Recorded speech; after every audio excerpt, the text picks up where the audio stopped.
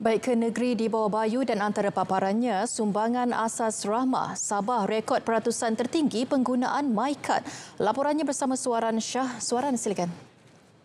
Ya, Farhatul. Sabah rekod peratusan tertinggi dalam penggunaan MyKad bagi program sumbangan asas rahmah SARA. 94% penerima telah membuat pembelian menggunakan MyKad di premis perniagaan berdaftar. Permulaannya kita risau sebab ada kawasan pedalaman. Kita risau tentang, bolehkah mereka gunakan MyKad? Tetapi the result, the outcome sangat-sangat merangsangkan 94%. Beliau ditemui RTM selepas meninjau program sumbangan tunai rahmah STR 2025 penerima tanpa akaun bank bagi pedalaman Sabah di Beluran. Sehingga Jun ini, lebih 4.8 juta daripada 5.4 juta penerima SARA di seluruh negara telah menggunakan MyKad untuk membeli barangan di premis berdaftar. Ini menunjukkan kadar penggunaan 90% MyKad di peringkat nasional bagi bulan ketiga pengkreditan. Sebuah bangunan baharu akan dibina di Hospital Duchess of Kent Sandakan bagi menampung lebih ramai pesakit. Bangunan itu kelak akan menampung 590 katil. Menteri Pembangunan Masyarakat dan Kesejahteraan Rakyat Datuk James Ratib berkata, ketika ini kerja-kerja awalan dengan kos lebih RM400,000 sedang dilaksana. Kerja-kerja awalan sedang berjalan sekarang ini lebih kurang 400 lebih ribu ringgit untuk kerja-kerja awalan. Dan perkara ini kita telah pun angkat ke rancangan Malaysia ke-13 untuk lebih kurang 590 katil dalam cadangan kita, dan perkara ini kita telah pun bawa ke rancangan Malaysia ke-13. Beliau berkata demikian selepas menyerahkan mesin hemodialisis sumbangan kerajaan negeri kepada hospital di zon kluster Sandakan. 12 mesin hemodialisis disumbangkan kerajaan negeri kepada zon kluster Sandakan. Hospital Duchess of Kent menerima 6 mesin manakala Hospital Kinabatangan 4 dan Beluran 2 mesin hemodialisis. Regata Lepa, pesta tradisional ikonik suku kaum Bajau sempurna, kini tersenarai dalam kalender pelancongan Sabah tahun ini. Acara itu mampu menarik kedatangan lebih ramai pelancong sekaligus merasai kemeriahannya. Ketua Menteri Datuk Seri Panglima Haji G. Noor berkata, menerusi Regata Lepa, Sabah dapat memperkenalkan keindahan budaya masyarakatnya selain usaha pemeliharaan warisan maritim kepada pelancong dari seluruh dunia. 3 dekad penganjurannya membuktikan komitmen masyarakat sempurna dalam memartabatkan warisan budaya mereka. Demikian ucapan Datuk Haji G dalam majlis penutupan Regata Lepa di Padang Bandaran. Teks ucapan beliau dibacakan Menteri Pelancongan, Kebudayaan dan Alam Sekitar Datuk Seri Panglima Christina Liew. Ketika ditemui, Datuk Christina berbangga acara kebudayaan ini mendapat pengiktirafan Malaysia Book of Records menerusi tarian Igal-Igal. Tarian berlangsung selama sejam tanpa henti melibatkan penari daripada pelbagai kumpulan budaya dan komuniti. Semporna is a very peaceful place. We're telling the world, khususnya pelancong, don't worry coming to visit Semporna. That's why you see berapa ribu orang pada malam ini. We're very peaceful. Jadi satu acara yang kita boleh promote. Ya daripada dia punya culture yang begitu unik khususnya. Regata Lepa sempurna turut menampilkan perakan lepa tradisi, pengibaran sambu layang, pemilihan Ratu Lepa dan penganugerahan tokoh Regata Lepa. Batu Sapi berpotensi berkembang pesat dalam sektor pelancongan sempena Tahun Melawat Malaysia 2026. Pelbagai inisiatif dan projek infrastruktur dilaksana bagi mempromosi dan memperkasa keunikan Batu Sapi.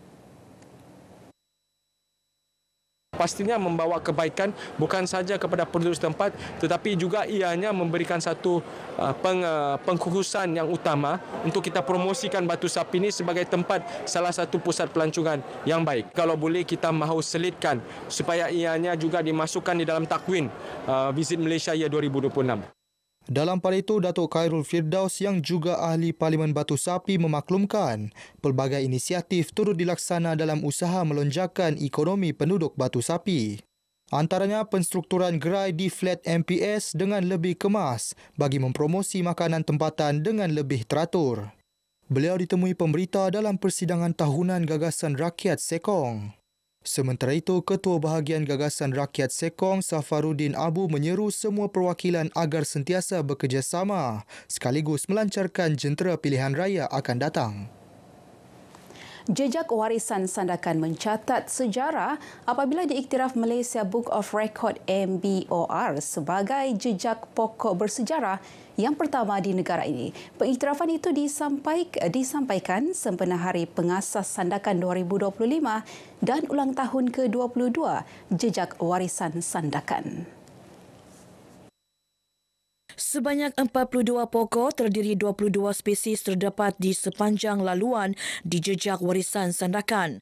Pokok berusia lebih 50 tahun itu dilengkapi dengan kod QR bagi membolehkan maklumat bersejarah pokok tersebut dikongsi kepada pengunjung.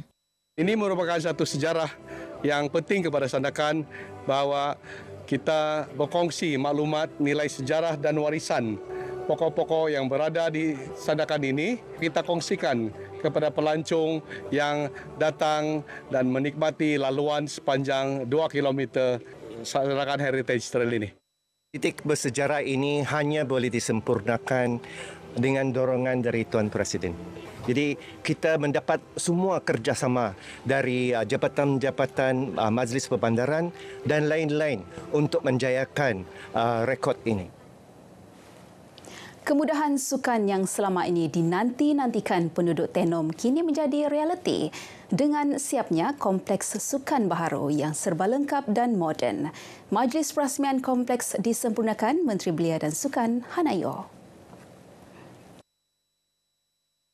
Kompleks dibina dengan kos RM8 juta siap sepenuhnya 22 Jun lalu. Ia dilengkapi gelanggang serbaguna, padang sukan, trek balapan serta kemudahan latihan moden. Menurut Hana, pembinaan kompleks sukan ini merupakan satu lagi mercu tanda pembangunan infrastruktur sukan di pedalaman Sabah. Ia bukan sahaja ruang kepada belia untuk aktif bersukan, malah berpotensi menjadi pusat pembangunan bakat tempatan. Saya berharap fasiliti ini akan mendorong rakyat Sabah, khasnya golongan di Tenom untuk bersukan, dan saya telah meminta supaya pengurusan pastikan kadar sewa murah supaya anak-anak muda, kanak-kanak semua boleh menggunakan fasiliti ini. Terdahulu, Menteri Belia dan Sukan Sabah, Datuk Elron Angin dalam ucapannya berkata, inisiatif ini bukti komitmen bersama kerajaan negeri dan persekutuan dalam memperkasa kemudahan sukan di luar bandar. Perkataan etnik Merarau, makan tengah hari daripada suku kaum Iban Sarawak dan Gabi, makan malam daripada suku kaum Iranun Sabah merupakan contoh perkataan etnik yang diserap dalam bahasa kebangsaan. Ia menunjukkan keberkesanan usaha Dewan Bahasa dan Pustaka DBP dalam memperkasa kosakata bahasa Melayu. Pengarah DBP Cawangan Sabah, Jenita Nordin berkata, usaha itu juga hasil inisiatif pewujudan Kamus Bahasa Sukuan. Ketika ini, 2 kamus bahasa sukuan iaitu daripada etnik Dumpas dan Lundayeh dalam proses penyemakan. Kedua-dua kamus tersebut dijangka diterbitkan tahun hadapan. Persatuan etnik di negeri ini perlu bekerjasama dengan DBP dalam usaha penerbitan kamus sukuan mereka. Sekarang ni kita menjalinkan kerjasama dengan persatuan etnik. Persatuan etnik ini ialah antara yang diberikan autoriti lah. Ada pakar di dalam persatuan itu yang boleh membantu DBP dari segi pembinaan kamus, pembinaan kosakata dan juga istilah yang kita boleh ambil daripada bahasa-bahasa sukuan ini untuk kita ketengahkan dalam bahasa kebangsaan. Beliau menyatakan demikian kepada pemberita selepas program Gema Puisi Nan Abadi di Ibu Negeri. Program ini antara platform penulis baharu mahupun sedia ada untuk berkarya. Perasaan saya untuk join program ni, saya rasa happy dan sangat-sangat bertuah sebab berpeluang untuk join program ni sebab sebagai penggiat muda tidak semua generasi muda ni join macam ni. Yang pentingnya dan menjadi harapannya ialah para penulis di negeri Sabah akan terus mendapat platform untuk berkarya. Dan karya-karya penduduk negeri Sabah betul-betul diberikan perhatian di peringkat kebangsaan. Baik, sekian perkongsian dari Negeri di Bawah Bayu. Kembali ke Angkasa Puri untuk lebih banyak perkembangan semasa dalam negara. Malaysia menadi, rakyat disantuni. Baik, terima kasih Rita Aloysius.